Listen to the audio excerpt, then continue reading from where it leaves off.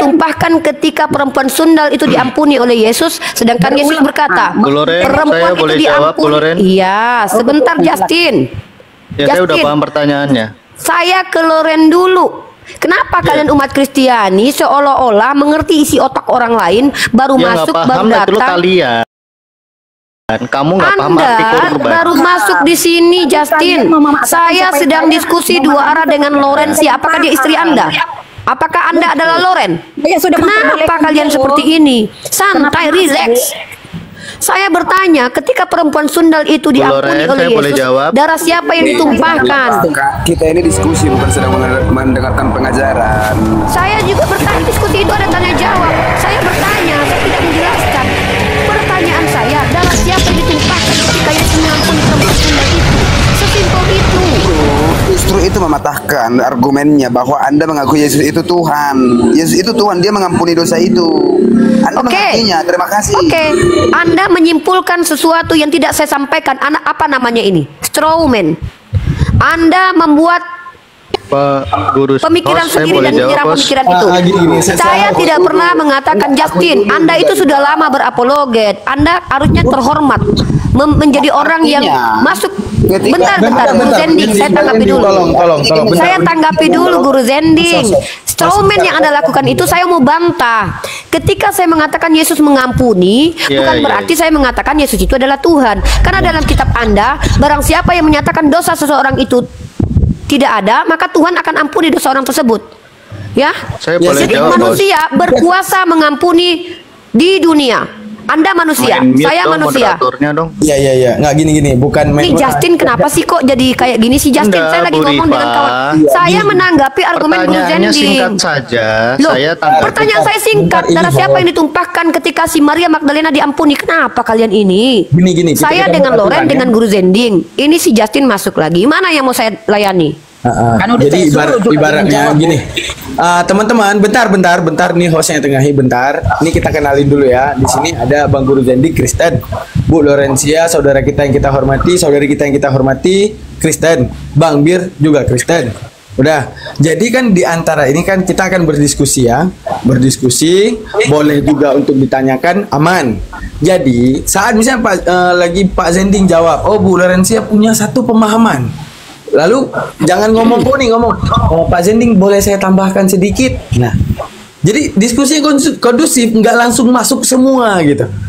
Jadi ketika ada satu narator dari Kristen, kita meminta izin kepada narator Kristen ini untuk diksinya udah selesai, kita sambung gitu. Bisa ya sekondusif itu, bisa ya? Tadi juga udah saya persilakan sih sebenarnya host. Nah, udah nggak? Ini terakhir kali nih saya undang dia. Saya tanyakan dulu Bang Peter, bisa ya untuk kondusif ya seperti tadi host Ibu Loren sudah mempersilahkan saya menjawab. Saya belum selesai Justin, karena Loren diskusi dengan saya. Anda seperti penjajah masuk ke rumah orang, memaksa orang mengikuti yang Anda mau. Biarkan host yang izinkan Anda bicara. Anda bukan host di sini. Saya tidak puas. Loh, tadi Anda belum menjawab. Tadi Rifa sendiri udah turunkan aja Justin ini nggak bisa, dia akan nyerocos terus. Dia adalah orang yang tidak bersabar. Dia bukan membawa Roh Kudus, tapi membawa roh iblis, karena dia ingin bicara ketika kita belum selesai. Mulut setan kayak gitu. Anda tuh punya bahasa kasih tuh luar biasa. Anda itu. Loh, kalau orang iblis itu tidak tenang, sister.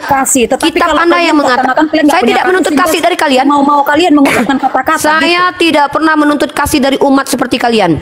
Saya hanya membuktikan bahwa kalian mengklaim bahwa kalian itu ajaran kasih. Pada dasarnya kalian tidak pernah memiliki ajaran kasih. Semoga Tuhan Yesus menjamah itu ya. Jangankan dijamah, saya tunggu Tuhan mau menjamah seluruh badan saya. Amin. Semoga itu terjadi dalam waktu dekat. Oke ya? Ya. Kita saksikan bersama-sama ini ya. Iya, saya tunggu jamahan Yesus Anda. Jangan ngomong badan lah, saya jadi teringat sesuatu. Oke, gimana host? Saya udah bilang kan Daman, percuma Daman, orang ini bukan berniat diskusi. Udah 3 kali saya bilang, bisa ya Bang ya? Udah keempat kalinya. Bukan Bu Ripa, tadi saya sudah jawab 3 kali juga pertanyaan. Anda belum menjawab, apa yang Anda jawab? Anda belum menjawab. Saya bertanya, darah siapa yang tertumpah, apa jawaban Anda? Oke. Kan saya bilang, apa jawaban Anda tadi? Yesus datang untuk menebus apa? Menebus apa? Ya, manusia yang berdosa, manusia pertama jatuh ke dalam dosa, kehilangan kemuliaan Allah. Kapan? Ketika kemuliaan Allah itu hilang, artinya manusia itu akan mati kepada kematian yang kekal. Oke, apa maksud matian kekal? Jelaskan dulu, sister. Oh my God. Kalian bicara, tapi kami nggak ngerti dengan apa yang kalian bicarakan. Apa arti kematian kekal? Ya kan, kematian yang kekal itu di neraka. Jadi kita di neraka itu nggak ada seperti di laundry, dari neraka dulu baru lompat ke surga, nggak ada. Saya tanya, saya konfirmasi informasi dari Anda. Bentar, Guru Zending, biarkan dulu saya dengan Loren, please. Ya, biar saya dapat poinnya dari Loren. Ketika Loren mengatakan Yesus menebus supaya orang tidak mati kekal, pertanyaan saya, Henok dan Elia, apakah orang berdosa? Kalau ini ya, dengar. Sebentar izin. Saya mengkonfirmasi, saya minta konfirmasi dari kalian atas statement kalian. Kenapa kalian tidak mampu menjawab? Tadi saya minta darah siapa yang ditumpahkan oleh Yesus ketika dia mengampuni perempuan sundal. Anda tak jawab. Saya bicara, Anda bicara. Tadi Anda bicara, saya diam. Anda menjawab, saya mengkonfirmasi jawaban Anda. Saya tanya lagi kepada Anda. Apakah setiap kematian, setiap pengampunan dosa harus ada kematian? Harus ada penumpahan darah? Jawab, Ibrani pasal 9:22. Pastikan itu bahwa Anda paham dengan ayat itu. Jawab. Kalau yang berbicara di Ibrani, itu meneguhkan juga di perjanjian lama. Jadi ketika Henok itu di masa apa? Lihat dulu dia di masa apa? Apakah Yesus pada saat itu sudah ada? Oh my God. Pertanyaan saya, Ibrani pasal 9:22, teks tertulisnya adalah tidak ada pengampunan tanpa penumpahan darah. Kamu setuju atau punya pemahaman lain tentang ayat ini? Silakan Loren. Oke. Berarti tidak ada sama sekali. Guru Zending, please. Please, saya belum clear dengan Loren. Kenapa kalian selalu mengganggu, mendistract kita? Saya bertanya sekali lagi, ketika Anda sepakat bahwa pengampunan dosa harus terjadi penumpahan darah menurut Ibrani pasal 9 nomor 22. Lalu darah siapa yang ditumpahkan Yesus ketika mengampuni perempuan sundal dalam kitab Lukas yang saya bacakan tadi? Jawab saudariku. Kan saya bilang begini, ya, bedakan tentang keselamatan, penebusan tentang keselamatan dan upah dosa, orang-orang yang berdosa melakukan perbuatan dosa. Bedakan itu perilaku. Perempuan dursila itu yang melakukan asusila itu perilaku dia, dosa dia. Tetapi permasalahan kayak seperti kita, Ibu Ripa melakukan satu kesalahan, saya bisa memaafkan, saya bisa mengampuni, tetapi bukan berarti menghapus dosa Ibu Ripa. Jadi sekali lagi saya tanyakan, Ibrani pasal 9 nomor 22. Apakah setiap pengampunan dosa dari perbuatan dosa, entah dosa apapun, harus terjadi penumpahan darah? Iya. Oke, maka ketika perempuan sundal itu diampuni oleh Yesus, darah siapa yang tertumpah?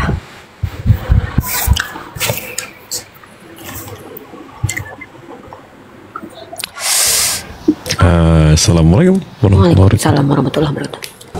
Waalaikumsalam. Pertanyaan saya very simple ya. Sulit banget itu menjawab.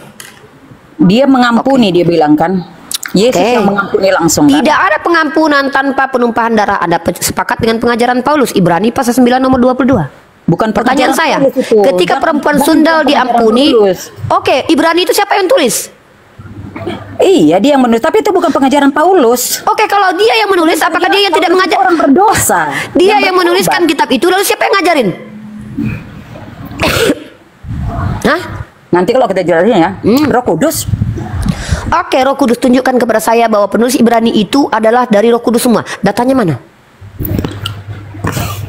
Bentar ya. Silakan bantu Guru Zending. Anda diam dulu Loren, biar Guru Zending masuk. Saya pikir Uniripa seorang akademik. Kita tadi mendiskusikan antara pengikut dan penyembah. Tunggu dulu. Saya pikir enggak, Anda jangan ini. Kalau Anda memang salah seorang akademik. Bukan Anda yang menentukan siapa yang akademik di sini, siapa yang tidak. Biarkan netizen, brother. Substansi pembahasan kita pengikut dan penyembah. Tapi ini saya sedang lari topik bersama Loren karena saya mengikuti ajakan Loren kemana-mana, dan saya tidak sedang menetapkan bahwa saya wajib membahas ini. Saya mengikuti. Iya, dengan Anda. Mari kita bahas. Saya bicara dengan Loren, bukan dengan Anda. Ketika saya dengan Loren, saya diajak oleh Loren lari, mengikuti dia, saya ikuti. Ketika dia menyampaikan bahwa bukan ibu dia yang sepakat dengan saya. Ibrani Saya pasal 9 nomor 22. Pernyataan ibu, jangan dibalik-balikkan. Pernyataan yang mana yang Anda bantah? Menjawab saja Anda tak mampu. Apa yang ibu oceh-ocehkan di atas itu? Apa yang Anda bantah? Menjawab saja Anda tak mampu, sister. Kami tidak menjadi pengikut Paulus, kami pengikut Kristus. Oke, buktikan. Buktikan kalau Anda pengikut Yesus bukan pengikut Paulus. Ada dibilang ketika orang Kristen percaya kepada Paulus jadi Lagi-lagi tak ada. Bicara. Kalian itu belok-belok. Udah sekali bicara tapi nggak bawa data. Orang Kristen memahami dalam Yohanes 3:16. Ada yang mau masuk silakan, saya tidak mau menghadapi ibu-ibu yang sedang tantrum ya. Silakan. Silakan Pak Jending. Ya, Guru Jending kayaknya dulu kita apa kabar? Udah lama nggak ketemu ya. Salam kenal Ibu Rifa. Saya baru pertama kali akhirnya ketemu sama Ibu Rifa ya. Perkenalkan Salam kenal Saudara Marvin Jo. Marvin Jo ya betul. Saya seorang Nasrani, saya seorang Kristen. Salam kenal, brother. Iya. Saya sedikit menanggapi saja ya, tapi sebelumnya mohon maaf kalau seandainya wawasan saya memang tidak terlalu banyak dalam urusan Alkitab, oke? Tapi kalau menjawab dari pertanyaan Ibu Rifa tadi dari kitab Ibrani 9 ayat 22, pertama saya rasa saya perlu mengklarifikasi bahwa di ayat tersebut jelas tertulis bahwa penebusan dosa menurut hukum Taurat harus melalui penumpahan darah. Jadi klarifikasinya adalah sebetulnya itu bukan sesuatu yang baru kemudian diajarkan oleh Paulus. Karena dari zaman dulu orang-orang kalau mau melakukan penebusan dosa harus bakar sesembahan. Itu sebabnya itu sudah terjadi dari zaman Nuh, Abraham dan sebagainya. Gitu kan. Itu makanya ada kisah Ishak kenapa harus dibawa ke bukit gunung untuk dikorbankan waktu. Gitu. Mungkin saya mau klarifikasi di sini saja. Kalau terus sorry, saya tambahkan kalau Ibu tadi bertanya kalau Yesus kemudian wanita itu darah siapa yang dikorbankan waktu wanita itu diampuni? Yaitu pada saat Yesus sudah datang, tidak ada lagi korban-korbanan itu sudah dianggap tidak lagi perlu, gitu. Coba Anda menjelaskan bahwa dalam hukum Torah di Ibrani pasal 9 nomor 22 jelas di situ dikatakan, coba selesaikan baca satu ayat. Saya tidak minta Anda baca satu perikop. Tolong bacakan satu ayat, brother. Kemudian jelaskan ke saya apa yang Anda pahami tentang ayat itu. 9:22. Ya, dan hampir segala sesuatu disucikan menurut hukum Taurat dengan darah. Dan tanpa penumpahan darah tidak ada pengampunan. Betul? Itu untuk sebelum kita move on, kalimat tanpa itu betul. penumpahan darah tidak ada pengampunan. Anda sepakat dengan itu? Menurut hukum Taurat, iya betul. Pertanyaan saya, sampai kapan itu berlaku? Sampai kapan itu berlaku?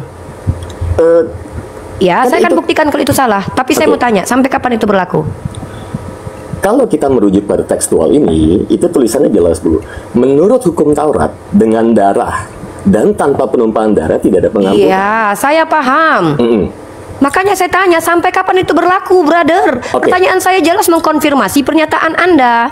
Bahwa Anda katakan bahwa itu menurut hukum Taurat. Maka saya konfirmasi, sampai kapan itu berlaku? Bahwa pengampunan itu harus dengan penumpahan darah, brother. Terakhir sampai Yesus datang, lahir, dan kemudian dia mati. Itu ada pengorbanan terakhir. Tunjukkan datanya itu, bahwa itu dinyatakan sampai Yesus mati. Nggak ada literasi. Kalau Ibu meminta saya bukti literasi eksplisitnya nggak ada. Iya. Oke, terima kasih.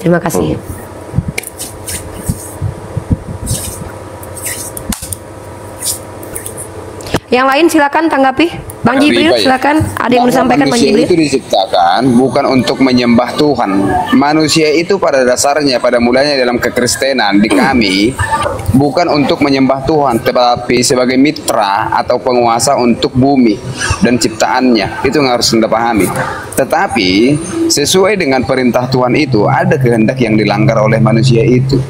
Mereka jatuh ke dalam dosa. Dan kemudian itu ditebus, bukan berarti rencana Tuhan itu tidak berjalan. Itu ditebus setelah penyalipan atau pengorbanan dengan darah tersebut melalui siapa? Yesus Kristus. Dan kalau Anda bilang kenapa Yesus itu sebagai Tuhan yang memulai dengar dulu bro. Yang memulai konsep penebusan itu siapa? Bawa data, brother. Iya, yang memulai konsep penebusan itu siapa? Tuhan dalam Kejadian 3 ayat 15. Kejadian 3 ayat 15 di sana menegasikan bagaimana manusia akan ditebus melalui pergumulan antara keturunan dari perempuan itu sendiri. Dan yang menggenapi penebusan itu siapa? Allah itu sendiri melalui rupa yang diambil melalui manusia. Yesuslah yang menegasikan itu semua. Jadi jelas, clear. Yesus itu atau Tuhan itu adalah Alfa dan Omega. Dia yang pertama, yang memulai, dia yang mengakhiri. Jelas kan? Anda katanya ngaku akademis, saya tidak akademis, tapi yang Anda bicarakan apa aja dari tadi. Apakah saya di sini? Saya nggak butuh kecap, brother. Dengar dulu, bro. Masa Anda diskusi seperti itu? Hah? Bagaimana? Inilah diskusi. Justru diskusi mengembalikan substansi pembicaraan. Saya tanya kepada Anda. Justru Anda tidak paham. Coba tunjukkan kepada saya sesuai dengan tema. Anda itu penyembah atau pengikut Yesus? Oke. Sudah paham? Ada musik di belakang ini? Anda, brother. Sudah. Brother, ada musik di belakang Anda, brother. Kepada Anda. Saya mau menyampaikan. Saya ini bukan untuk mencari konten atau segala macam seperti tujuan Anda. Saya mau mau cari konten kayak, mau cari apa kayak, cari ayam kayak, nggak ada kaitannya dengan diskusi kita. Saya bilang di belakang ada suara musik. Kami melive-kan di YouTube supaya orang tahu bahwa diskusi kami ini sesuatu yang terbuka, layak dinikmati oleh publik. Nah, ketika saya katakan kepada Anda ada suara musik di belakang Anda, mau cari konten kayak, cari laki kayak, cari bini, nggak ada kaitannya dengan kalian ini penyembah atau pengikut Yesus. Dari tadi Anda tidak sentuh poin itu. Anda ini penyembah atau pengikut Yesus? Silakan jelaskan, Anda penyembah atau pengikut Yesus? Bukan untuk disembah. Oke, Tuhan tidak membutuhkan untuk disembah. Saya sepakat. Oke, saya sepakat. Lalu poinnya? Pengikut itu pilihan dari yang pengikut. Anda penyembah atau pengikut? Aduh. Itu yang harus Anda pahami. Ya, Anda ini itu siapa? Terima kasih. Anda pengikut atau penyembah? Kok sulit kali ya? Saya di sini punya premis. Kalian yang mengaku pengikut Yesus itu adalah penyembah Yesus. Lalu Anda bilang, Tuhan kaya tidak membutuhkan disembah. Itu pertanyaan lain harusnya. Ya, mengikut Yesus itu dengan pilihanku, bro. Saya mengikut Yesus pilihanku. Akademis sekali ini. Saudara saya ini akademis sekali ya. Sehingga dia menjawab sesuatu yang saya tidak tanyakan. Pertanyaan saya, Anda pengikut atau penyembah? Lalu dia jawab, itu kan pilihan saya. Loh, saya tidak bertanya bahwa apakah Anda memilih atau tidak? Kenapa Anda menyembah Yesus? Itu kan pilihan saya, baru tepat. Yang saya tanya adalah Anda penyembah atau pengikut Yesus? Terima kasih. Ketika saya diskusi dengan Guru Zending, si Loren ikut campur. Ketika saya diskusi dengan Loren, si Zending ikut campur. Ketika saya diskusi dengan Guru Zending dan Loren, si Edwin ikut campur. Udah, kalian naik ngomong semuanya kalian. Enggak framing soalnya, Ibu. Apa arti framing? Nih orang ini kayak gitu ya. Apa arti framing dan contoh framingnya apa? Zending sudah jawab kalau dia ya, apa framingnya? Guru Zending diam dulu. Si Loren nuduh saya framing. Tolong sebutkan kalimat framingnya apa? Kan ucapan apa yang disampaikan Bapak Zending itu nggak serupa. Loh, nggak serupa dengan apa? Dengan ucapanmu. Loh, memang nggak serupa. Memang nggak serupa lah. Kalau dia pengikut, kenapa kamu bilang berarti dia penyembah? Loh, saya baru bertanya dan saya belum mendapatkan jawabannya. Apakah Guru Zending ini pengikut atau penyembah? Hei, itu namanya aneh kamu itu. Inilah kalau bicara. Kamu membuat satu statement itu yang berbeda. Nonton dulu filmnya, baru tahu endingnya gitu loh. Ini entah apa katanya. Kita sama-sama dengar di sini, makanya jangan. Apa yang Anda dengar? Apa yang Anda dengar? Apa yang Anda dengar? Tadi saya pengikut. Apa jawaban Guru Zending? Pengikut, katanya pengikut. Kan. Oke, Guru Zending, Anda pengikut atau penyembah Yesus? Oke, saya mau konfirmasi karena saya nggak percaya dengan Anda. Saya mau konfirmasi dulu. Loh, kamu tidak percaya sama saya mau konfirmasi dulu. Saya mau tanya Anda karena Anda itu ember. Kayak mama di pasar pagi jadinya kan. Kak Lorencia, Kak ngomong kalau itu Kak, dengan hati yang adem, biar nggak emosional. Kalau jangan serang secara fisik juga nggak bagus. Tadi kalau Pak Jending itu bilang saya pengikut, tetapi setelah itu bisa pula si Ripa bilang, oh saya mengatakan berarti mereka ini penyembah. Itu yang udah salah. Tapi enggak sih, enggak, sorry Bu Lorencia. Saya harus klarifikasi. Saya sih nggak dengar begitu. Ibu Rifa nggak ngomong begitu. Makasih Pak Marvin, Anda berdusta Bu Loren. Saya harus fair ya, karena ini jatuhnya kita diskusi, kita apa ya bilangnya, ada jangan dihilangin, nggak ada jangan pagi-pagi udah bohong. Pertanyaan simpel namun betul. Tadi ngomongnya kayak gitu apa?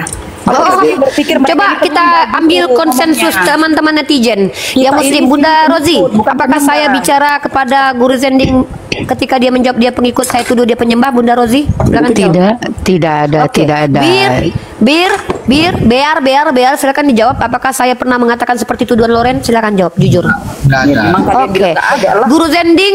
Guru Zending, apakah saya menyampaikan seperti tuduhan Loren? Guru Zending, silakan dijawab.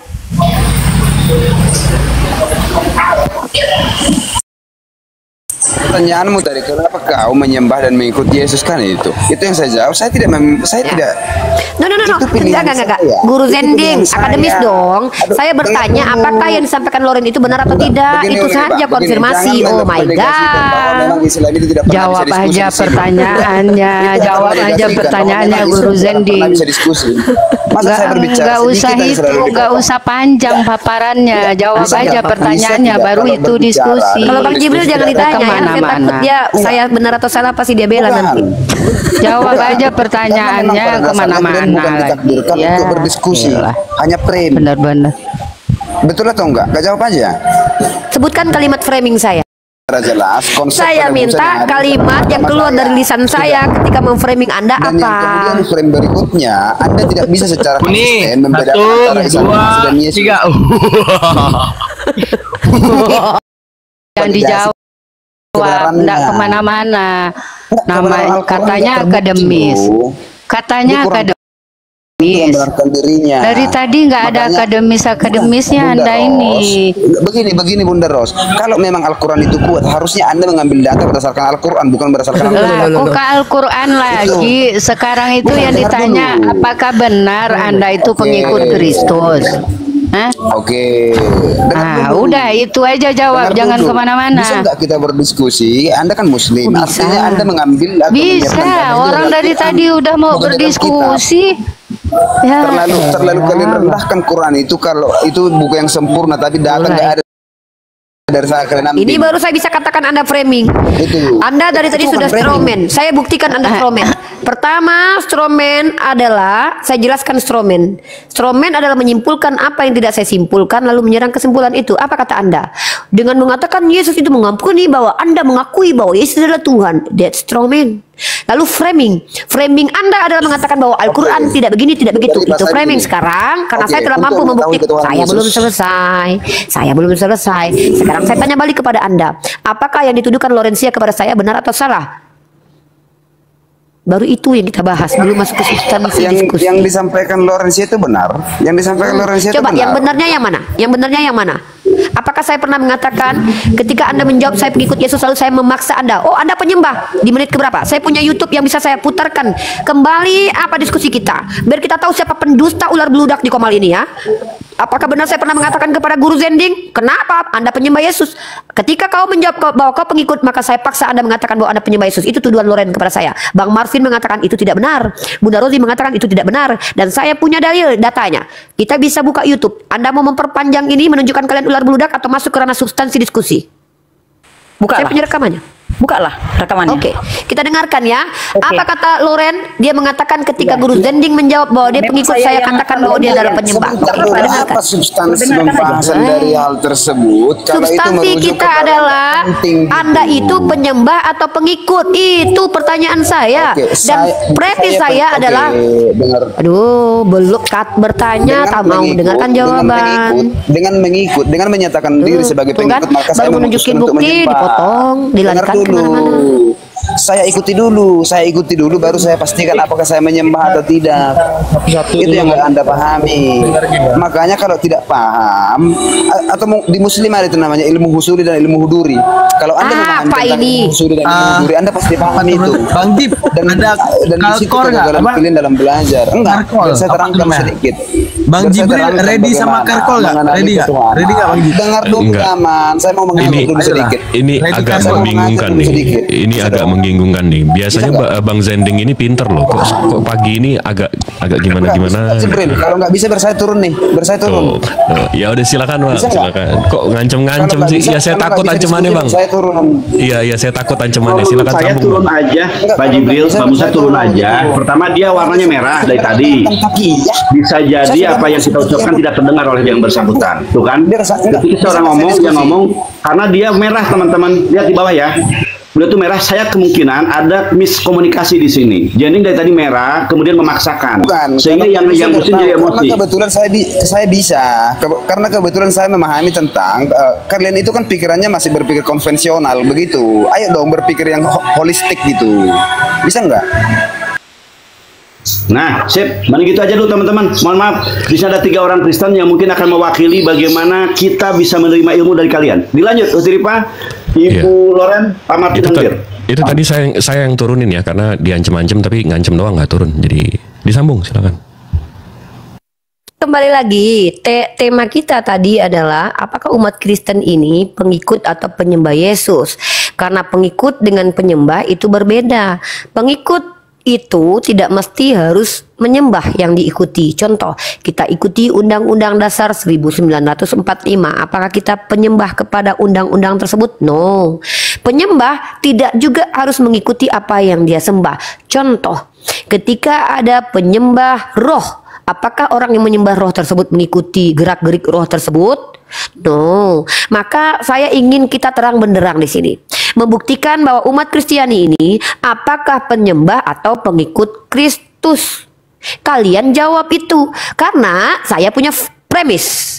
Tadi pertanyaan, itu pertanyaan dan sekarang pernyataan. Pernyataan saya selama kurang lebih 6 tahun Uniriva berdialektika dengan berbagai macam denominasi kekristenan yang banyak membuktikan di antara mereka semua hampir 99% mereka adalah penyembah Yesus, bukan pengikut Yesus.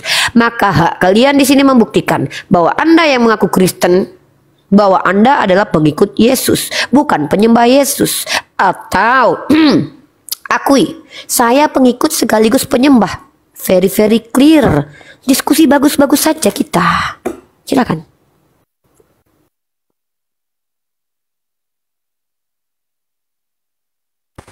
Kalau nggak bisa jawab, bertanya aja. Oke, kita memang pengikut ya, pengikut. Setelah kita mengikuti, ya tentunya kita ketika mengikuti pasti kita menjadi menyembah. Menyembah itu kenapa kita harus menyembahnya? Karena memang dia pantas dan layak untuk disembah. Dia tidak sama seperti kita. Dia lebih besar, dahsyat, luar biasa. Harus kita sembah. Disembah dalam arti bukan seperti gimana ya? Kalau orang Kristen menyembahnya bukan seperti dengan aturan-aturan yang harus ada aturan harus nanti gerakannya harus begini, harus begini, harus begini. Enggak. Itu menyembahnya itu apa ya, ungkapan dari hati kita yang bersyukur atas apa yang sudah dilakukan kepada kehidupan kita. Salah satu ya penebusan itu yang harusnya kita sebagai manusia, yang seharusnya saya sebagai manusia harusnya mati di dalam kematian yang kekal, tetapi oleh karena anugerahnya, kasih setianya, aku diselamatkan. Tentu aku menyembah dia dengan cara apa? Memuji, bersyukur, melakukan apapun yang Tuhan mau, aturan-aturannya, segala perintahnya itu. Jadi kalau kita misalnya dibilang mengikuti, sama seperti kita orang tua kita ya, orang tua kita. Bukan berarti sini menyembah itu sekarang gini loh. Aku mau nanya, makna penyembahan itu seperti apa dalam pemahaman kalian? Udah. Berarti 2 penjelasan yang saya tangkap poinnya dan 1 pertanyaan yang harus saya jawab ya. Pertanyaannya, apa makna penyembahan? Oke. Saya tanggapi ya, karena ini cukup sepanjang. 2 pernyataan dari Ibu Lorencia. Kopi, dengarkan, tanggapi lagi nanti ya Bu, biar kita tuh diskusinya nyambung. Dengarkan baik-baik. Saya ulangi kalimat Anda. Pertama, Anda mengatakan bahwa Anda adalah pengikut Yesus. Telinga saya dengarkan itu. Yes. Itu just claim. Biar itu dikatakan benar, tunjukkan kepada saya apa pengajaran Yesus yang dia lakukan yang Anda ikuti, supaya klaim Anda dikatakan benar. Kalau hanya sekedar klaim, saya bisa katakan saya istrinya Yesus. Ya, terserah Anda. Ya, makanya sebuah klaim itu bisa dikatakan benar harus ada pembuktian. Maka tunjukkan pengajaran Yesus yang dia jalankan yang Anda ikuti. Satu saja. Itu dasarnya apa? Apa alasan Anda menyembah Yesus? Nah, 2 pertanyaan saya yang harus Anda jelaskan. 1, bukti bahwa Anda pengikut Kristus. Yang kedua, alasan Anda menyembah Yesus. Pertanyaan Anda kepada saya, apa arti menyembah? Saya jawab, dalam Al-Quran kata worship itu dipadankan dengan kata abadah. Abadah, ibadah.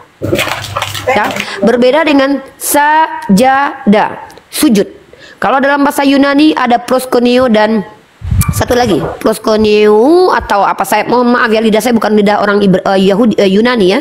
Jadi kalau saya salah, itu ada 2 diksi antara sujud atau sakah dalam bahasa Ibraninya. Sajadah itu berbeda, tidak sama dengan abadah. Worship memberikan semua pengabdian terhadap entitas yang disembah, melakukan semua tindakan-tindakan hanya karena yang disembah. Inilah yang disebut dengan esensi penyembahan. Mendedikasikan kehidupan, apapun perbuatan. Dalam Islam ada yang disebut dengan apa? Rububiyah dan uluhiyah. Rububiyah berdasarkan asal katanya, ini merujuk kepada bahwa hanya mengatakan, bersaksi bahwa dialah Rob satu-satunya, tidak ada entitas lain sebagai Robbul Alamin. Dialah uluhiyah, keilahian di mana kami melakukan kegiatan apapun, sholat kami, hidup kami, mati kami, makan pun saya, ini karena Allah saya. Ini yang disebut dengan konsep tauhid dalam Islam, penyembahan terhadap Allah. Nah, inilah esensi penyembahan dalam Islam. Lalu saya minta Anda menjelaskan kepada saya semua pertanyaan saya yang ada 2. 1, bukti bahwa Anda pengikut Yesus dengan menunjukkan ada ajaran Yesus yang dia jalankan, yang dicontohkan olehnya, yang Anda ikuti, yang krusial bagi keimanan Anda. Yang kedua, lalu tunjukkan kepada saya bahwa Anda menyembah Yesus itu memiliki alasan yang kuat berdasarkan pengajaran Yesus. 2 jawaban yang harus Anda kemukakan kepada saya, dan 1 tanggapan dari jawaban saya. Silakan ambil masa Anda. Mau 5 menit pun saya diam. Terima kasih. Oke, ya jadi kalau dikatakan bukti ya, nanti kan kalau bukti itu harusnya kan harus dilihat. Tetapi kan ini kan harus saya ucapkan. Nanti kalau saya ucapinnya aja juga kalian tidak akan pernah percaya. Ya kan begitu. Jadi bukti itu kan harus diperlihatkan sih sebenarnya. Nah, tetapi ini saya ucapkan dengan kata-kata. Buktinya ya, kenapa saya menjadi pengikut Kristus. Ya, dulu memang saya sebagai orang Kristen dulu. Saya tidak bertanya, maaf saya potong ini. Aduh, please, sister. Pertanyaan saya bukan itu. Saya tidak bertanya kenapa Anda mengikuti Kristus. Pertanyaan saya, buktikan kalau Anda pengikut Kristus. Ya, bukan kenapa.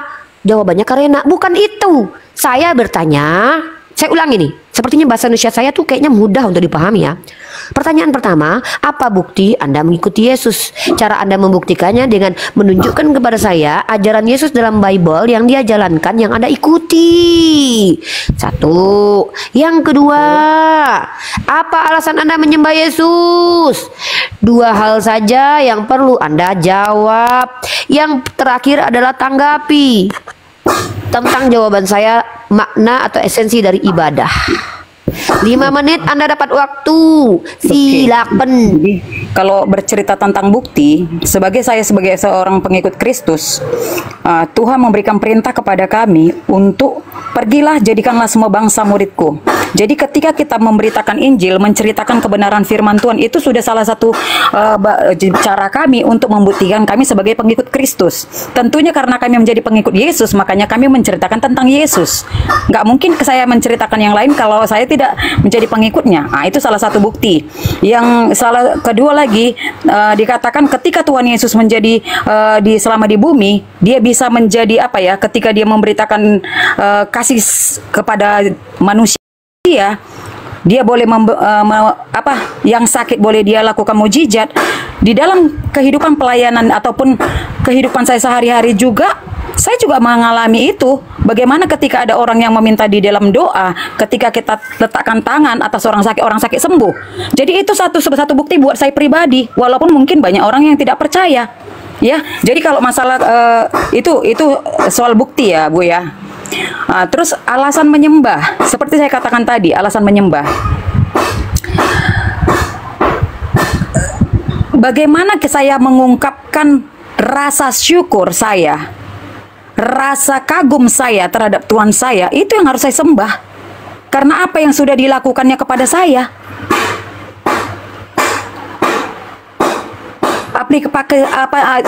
Prakteknya bagaimana?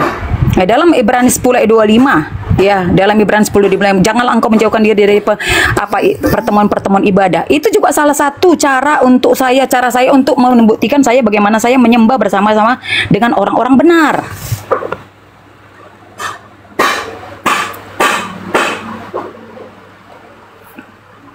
Itu, Bu. Selesai? Iya. Terima kasih. Saya tanggapi. Berarti Anda tidak punya tanggapan terkait tentang esensi ibadah tadi ya, karena Anda yang bertanya. Saya pikir ada tanggapan. It's okay. 2 jawaban Anda. Anda katakan bahwa Anda mengikuti ajaran Yesus. Jadikan semua bangsa sebagai muridku. Anda sudah lakukan itu? Ya sudah pastilah. Ke bangsa mana saja? Bu, di situ ada kelanjutannya. Ya. Lanjutannya apa? Ya. Pertama-tama kemana katanya? Yerusalem, Judea, Samaria. Sudah ke Yerusalem? Begini, sudah ke Yerusalem. Begini, Bu, perjalanan kita. Katanya mengikuti. Lah, begini. Jadi, kalau begitu Bu, sekali Bu. Bosan kita begini terus. Loh, bukan. Kalian itu seakan-akan kalau Judea. Jadikan semua bangsa muridku. Bangsa mana yang sudah Anda jadikan murid Yesus? Jadi jangan berpikir kalau ke Yerusalem seakan-akan harus ke Yerusalem. Anda mengikuti nggak perintah Yesus? Dalam pemahaman kami, Yerusalem itu apa? Keluarga kita sendiri. Salahkan begini. Makanya gini, Ibu bertanya, saya menjelaskan. Jadi ketika saya menjelaskan nggak sepaham dengan Ibu jangan bantah dong. Ini saya tidak sedang memberikan pemahaman baru kepada Anda, dan pemahaman saya itu berbeda. Saya mengkonfirmasi klaimnya adalah Anda mengikuti perintah Yesus. Dengar dulu, sister. Anda akan menjawab, saya ini pengikut Yesus. Apa yang Anda ikuti, Bu? Saya mengikuti Yesus ketika Yesus memerintahkan jadikanlah semua bangsa muridku. Sebenarnya ada 2 pertanyaan di situ. Yang pertama, bangsa mana yang sudah Anda jadikan murid Yesus? Dan saya belum masuk ke pertanyaan kedua. Jawab saja. Kalau belum ada berarti Anda belum mengikuti. Sudah. Astaga lagi. Makanya begini, Bu, ya. Dalam pemahaman tentang firman Tuhan mengatakan tentang Yerusalem, Judea, Samaria sampai ke ujung bumi itu bukan berarti harus saya sendiri melakukannya. Pengikut Kristus saya. Berarti Anda tidak harus melakukan semua perintah Yesus. Bukan. Ya sudah. Disitulah perlunya ada kesatuan kami, kerjasama yang benar. Makanya ada penginjil, ada pendeta, ada nabi, ada rasul. Anda ambil bagian apa? Saya pengikut Kristus. Saya bukan. Anda ikuti nggak perintah Yesus? Jadikanlah semua bangsa muridku. Ikuti nggak itu? Itu perintah bagi setiap orang percaya. Anda percaya nggak? Saya percaya. Anda ikuti nggak? Saya ikuti. Mana buktinya? Anda pernah ke bangsa mana? Begini Bu, Begini. gini. Tadi kan dikatakan ya ada Yerusalem. Yerusalem dalam arti kata kami itu, dalam pemahaman kami itu bukan Yerusalem yang di Israel. Yes. Di tengah-tengah keluarga kami pun boleh. Kalau di tengah keluarga kami sudah selesai, baru masuk ke misalnya misalnya pengajaran di Yesus yang mengatakan Yerusalem itu keluarga Anda. Di mana itu tertulis? Makanya begini lagi. Ya, bukan. Kalian tidak akan pernah paham dengan pemahaman orang Kristen, tapi kalian pengen tahu kali gitu. Tapi begitu dijelasin, kalian maunya kami orang Kristen menjawab seperti apa yang kalian paham. Ya nggak mungkin lah. Saya tidak pernah memaksa Anda menjawab seperti yang saya mau. Buktinya saya bertanya aja dari tadi. Kalau saya paksa Anda menjawab seperti yang saya mau, saya sudah arahkan Anda. Begini Bu, saya yang harusnya bilang begini. Dari tadi yang bilang begini adalah Anda. By the way ini apa ya? Oke, kita jelasin. Saya bertanya sekali lagi kepada Anda, apakah Anda pernah menginjili bangsa-bangsa seperti perintah Yesus? Simple, jawab saja sudah. Dengan kita seperti sekarang ini Bu ya, dengan saya memberikan konten, membuat konten-konten juga, saya percaya banyak juga kadang-kadang yang DM dari luar ya kan, dari Malaysia ada juga. Itu kan sudah kepada bangsa. Jadi kalau masuk Ibu harus saya yang pergi ke seluruh negara, enggak juga. Itu sebabnya kekristenan punya banyak ada panggilan, tapi kan nanti jadi meluas kita menjelaskannya. Bagi kami orang Kristen, kami paham diluasin Bu, sempitin aja Bu. Lah, kasih begini lagi Bu, begini gitu. Saya suka Ibu kalau bilang. Ya memang iya harus beginilah supaya kamu tahu paham benar. Karena saya nggak paham, makasih. Saya nggak paham sama sekali karena di situ tertulisnya. Jadi kalau semua bangsa muridku, Ibu bilang bangsa itu keluarga Ibu. Nah, dari mana Ibu dapat jawabannya? Saya pengen Ibu jawab begini, Rifa. Coba jelaskan. Iya, maksudnya gini ya. Begini. Penginjilan ataupun nah itulah kalau uclim-uclim ini kayak gini lah modelnya kan. Mulutnya hati-hati. Ketawa Loren, hati-hati. Kamu tuh makanya saya ketawa Yerusalem dirubah menjadi keluarga saya. Dari mana itu dirubah kata-katanya? Kata-katanya itu jangan dirubah-rubah. Nggak dirubah. Makanya saya ketawa, bukan ngetawain kamu, tapi cara kamu menafsirkan itu. Cara menafsirkan, bukan nggak memahami. Saya bukan menafsirkan, bukan menafsirkan. Makanya aku bilang pemahaman. Apa arti menafsirkan? Coba buktikan kalau Anda tidak menafsirkan. Apa arti menafsirkan? Paham nggak arti menafsirkan apa? Apa arti menafsirkan? Anda menolak bahwa Anda menafsirkan. Apa arti menafsirkan? Memberikan pengertian ataupun pemahaman terhadap sesuatu. Yerusalem tadi apa? Yang Anda sampaikan tadi, Yerusalem itu menafsirkan atau tidak? Ketika Anda mengatakan Yerusalem itu adalah keluarga Anda, itu menafsirkan atau bukan? Apanya? Ketika Anda mengatakan bahwa Yerusalem itu adalah keluarga Anda, itu termasuk menafsirkan atau bukan? Iyalah, menafsirkan cuma memahami loh, pemahaman kita. Begini. Gimana ya, Bu Loren? Begitu aja lah. Ya begitu aja lah. Begitu aja lah. Iya. Jadi sampai sedih saya nangis saya mikirin Bu Loren ini. Apa yang kami pahami sebagai orang Kristen, kalian tidak terima itu terserah kalian. Kami juga nggak masalah. Saya nggak pernah tolak dari tadi. Justru saya mengkonfirmasi. Ketika Anda mengatakan bahwa Anda mengikuti Yesus dengan perintah Yesus, jadikan semua bangsa muridku. Anda bilang saya menjadikan keluarga saya. Dasarnya apa? Dari kata Yerusalem. Yerusalem itu setahu saya bukan keluarga Anda. Secara harfiah, Yerusalem adalah sebuah negara, sebuah tempat, kampung halaman Tuhan Anda. Kok bisa-bisa tiba berubah menjadi keluarga Anda gitu? Itu yang Anda bilang saya tidak tafsirkan, saya tidak sama kayak saya nggak makan, tapi ada mie di bibir Anda ini. Saya nggak makan. Nggak gitu juga, nggak gitu. Saya tidak tafsirkan, tapi saya nggak merokok, tapi sambil ngomong gue rasa gitu. Saya nggak merokok gitu. Iya, nggak gitu juga. Itu kan pemahaman kalian. Saya nggak suka, tapi deket-deket juga ya kan. Ya itu kan pemahaman kalian, bukan seperti itu. Memang pemahaman saya. Makanya jangan pemahaman Yesus. Jangan dicampur aduk semua, jangan dihantam kromo dalam memahami sesuatu. Apa hantam kromo ini Bu? Dari tadi Bu kromo artinya apa? Arti hantam aku jujur. Apa yang aku dari tadi Bu bicara ini. Nggak makan, tetapi ada bekas ini. Itu kan kayak gitu, kalian contoh. Itu kan analogi Bu namanya. Karena memang sampai kapanpun ya, karena bagi kami maaf ya Bu Uni ya, Bu Uni Rifa ya, kayaknya saya lebih cocok dengan Pak Marvin deh, Daman. Bagi kami ya, biarlah Ibu ini istirahat yang dulu. tidak percaya di dalam Yesus, matanya itu masih terselubung. Jadi kayak manapun kita jelasin, kalian nggak mulai bisa menjengkal paham. niat, menjengkal niat dan pikiran. Keluarkan dulu balok dari mata Anda, saudariku, ya. Keluarkan dulu balok dari mata Anda, baru Anda bisa mengatakan ini benar, ini salah. Keluarkan dulu upil di mata. Aku bicara dari sesuai dengan firman Tuhan, sesuai dengan firman yang mana? Firman yang mana Anda baca dari tadi? Pokoknya tadi yang saya bilang itu, kalau udah pakai pokoknya Anda menang lah. Kalau sudah pakai pokoknya, harusnya pokoknya Anda menang. Saya kalah. Saya pakai bendera putih, bekas hasil upil saya. Saya angkat bendera putih. Ya, ya, kalau pokoknya itu Anda menang sudah. Ya, dengan Pak Marvin. Pak Marvin ada yang mau ditanggapi? Oke, kita ganti ke Pak Marvin atau Pak Kripto lain. Ini kita sapa tamu dulu. Halo Bang Rakyat.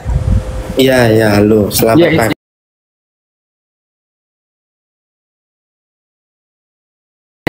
Oh, selamat pagi. Kristen ya, Bang ya? Pagi Ibu Yuni. Kejawen, masih tetap kejawen.